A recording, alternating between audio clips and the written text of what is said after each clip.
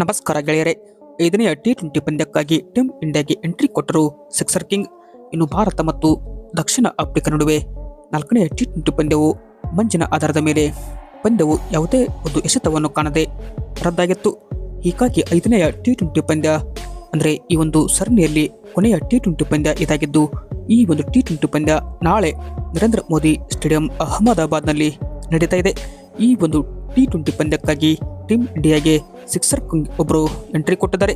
ಅಂದರೆ ಟೀಮ್ ಇಂಡಿಯಾಗೆ 5ನೇ ಟಿ20 ಪಂದ್ಯಕ್ಕಾಗಿ ಎಂಟ್ರಿ ಕೊಟ್ಟಿರುವ ಆ ಸಿಕ್ಸರ್ ಕಿಂಗ್ ಯಾರು ಎಂಬುದನ್ನು ಈ ಒಂದು ವಿಡಿಯೋದಲ್ಲಿ ತಿಳಿಸಿಕೊಡ್ತಾ ಹೋಗ್ತೀನಿ. ಆದ್ದರಿಂದ ನೀವಿನ್ನೂ ನಮ್ಮ ಚಾನಲ್ಗೆ ಇನ್ನೂ ಕೂಡ ಸಬ್ಸ್ಕ್ರೈಬ್ ಆಗಿಲ್ಲ ಅಂದರೆ ಈ ಕೂಡಲೇ ಸಬ್ಸ್ಕ್ರೈಬ್ ಆಗಿ, ಹಾಗೆಯೇ ನೀವು ಟೀಮ್ ಇಂಡಿಯಾದ ಅಭಿಮಾನಿಗಳಾಗಿ ಈ ಒಂದು ವಿಡಿಯೋ ನೋಡುತ್ತಿದ್ದಲ್ಲಿ ದಯವಿಟ್ಟು ತಪ್ಪದೆ ಒಂದು ಲೈಕ್ ಮಾಡಿ. ವೀಕ್ಷಕರೇ, ಇನ್ನು ಈಗಾಗಲೇ ಭಾರತ ಮತ್ತು ದಕ್ಷಿಣ ಆಫ್ರಿಕಾ ನಡುವಿನ 4 ಟಿ20 ಪಂದ್ಯಗಳು ಮುಕ್ತಾಯವಾಗಿದ್ದು, ಕೊನೆಯ ಟಿ20 ಪಂದ್ಯ ನಾಳೆ ಆರಂಭವಾಗಲಿದೆ. ಇನ್ನು ಹೀಗಾಗಿ ಈ ಒಂದು ಸರಣಿಯಲ್ಲಿ ಭಾರತ 2-1 ಅಂತರದಲ್ಲಿ ಮುನ್ನಡೆ ಪಡೆದುಕೊಂಡದ್ದು ಈ ಒಂದು 5ನೇ ಟಿ20 ಪಂದ್ಯ ಗೆಲುವಿಗಾಗಿ ಈ ಒಂದು ದೊಡ್ಡ ಬದಲಾವಣೆಯನ್ನು ಮಾಡುವ ಸಾಧ್ಯತೆ ಇದೆ. ತಂಡದಲ್ಲಿ ಇಬ್ಬರು ಸ್ಟಾರ್ ಆಟಗಾರರು ಹೊರಗೆ ಹೋಗಿದ್ದು, ಅಂದರೆ ಅಕ್ಷರ್ ಪಟೇಲ್ ಅವರು ಇಂಜುರಿ ಸಮಸ್ಯೆಯಿಂದ ಈ ಒಂದು ಸರಣಿಯನ್ನು ಮಿಸ್ ಮಾಡಿಕೊಳ್ಳಲು ಅವರ ಒಂದು ಜಾಗಕ್ಕೆ ಟೀಮ್ ಇಂಡಿಯಾಗೆ 2 ವರ್ಷಗಳ ಬಳಿಕ ಈ ಒಂದು ಸ್ಟಾರ್ ಆಟಗಾರ ಎಂಟ್ರಿ ಕೊಟ್ಟಿದ್ದಾರೆ.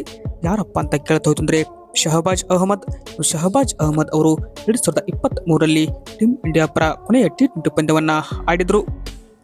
ಈಗ 2 ವರ್ಷ ಆದ ಬಳಿಕ ಟೀಮ್ ಇಂಡಿಯಾಗೆ ಶಹಬಾಜ್ ಅಹಮದ್ ಅವರ ಎಂಟ್ರಿ ಆಗಿದ್ದು, ಒಂದು ಸ್ಟಾರ್ ಆಟಗಾರ ಪ್ಲೇಯಿಂಗ್ 11ನಲ್ಲಿ ಕಣಕ್ಕೆ ಇಳಿಯೋದು ಸ್ವಲ್ಪ ಡೌಟ್.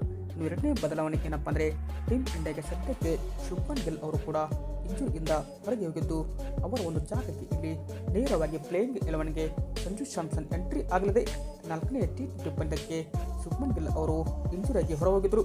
ಹೀಗಾಗಿ 4ನೇ ಟಿ20 ಪಂದ್ಯ ರದ್ದು ಆಗಿರುವುದರಿಂದ ಸಂಜು ಸ್ಯಾಮ್ಸನ್ಗೆ ಅಲ್ಲಿ ಪ್ಲೇಯಿಂಗ್ 11ನಲ್ಲಿ ಆಡಲು ಅವಕಾಶ ಸಿಕ್ಕಿರಲಿಲ್ಲ.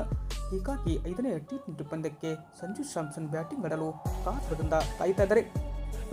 ಇದು ಏನಪ್ಪ ಅಂದರೆ ಟೀಮ್ ಇಂಡಿಯಾ ಬದಲಾವಣೆ ಆಗಿದೆ. ವಿಡಿಯೋ ಇಷ್ಟ ಆದರೆ ಲೈಕ್ ಮಾಡಿ.